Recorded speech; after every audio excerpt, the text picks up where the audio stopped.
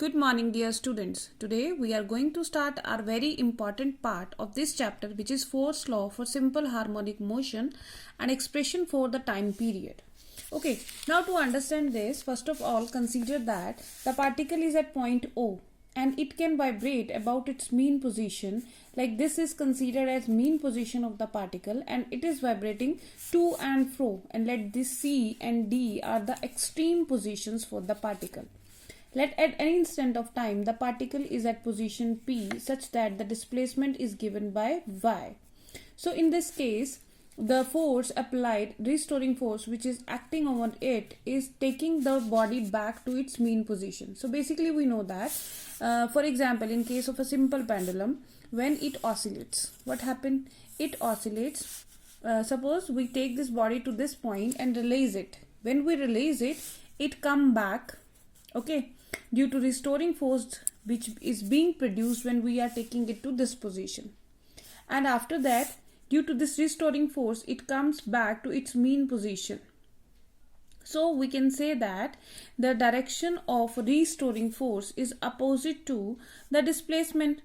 Now here the displacement is y at any instant of time t.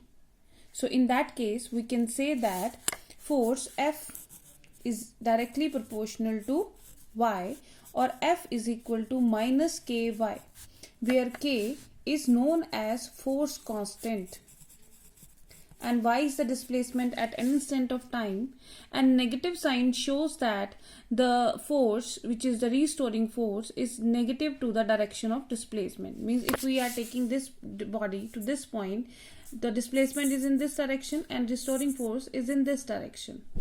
So again, since acceleration A is given by minus omega square y, so force is given by mass into acceleration.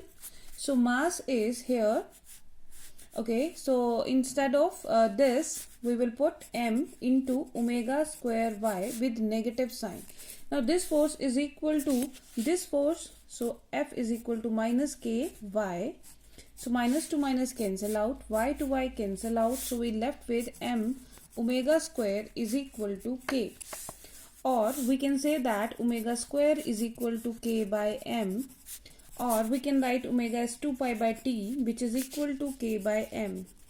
Okay, so root k by m, omega square, and when we take out the root, so square root on both sides, so omega is equal to k by m root.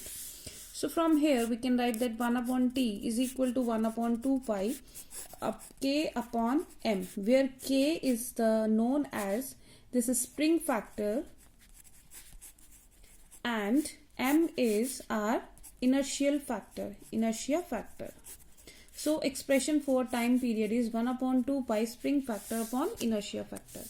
Similarly, we can write this is the expression for frequency also. Frequency is equal to 1 upon t. So frequency can be written as this expression equal to frequency also.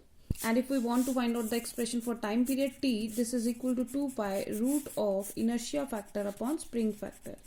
Inertia factor upon spring factor. Right. Now again, moving to the next formula. Since this t is equal to 2 pi m upon k and k is force constant, by the formula F is equal to ky, k is equal to F by y. So putting this value, 2 pi root of m upon F by y, taking y upside, 2 pi, this is m into y upon f. Again, rearranging the terms, m into y upon f is m into a.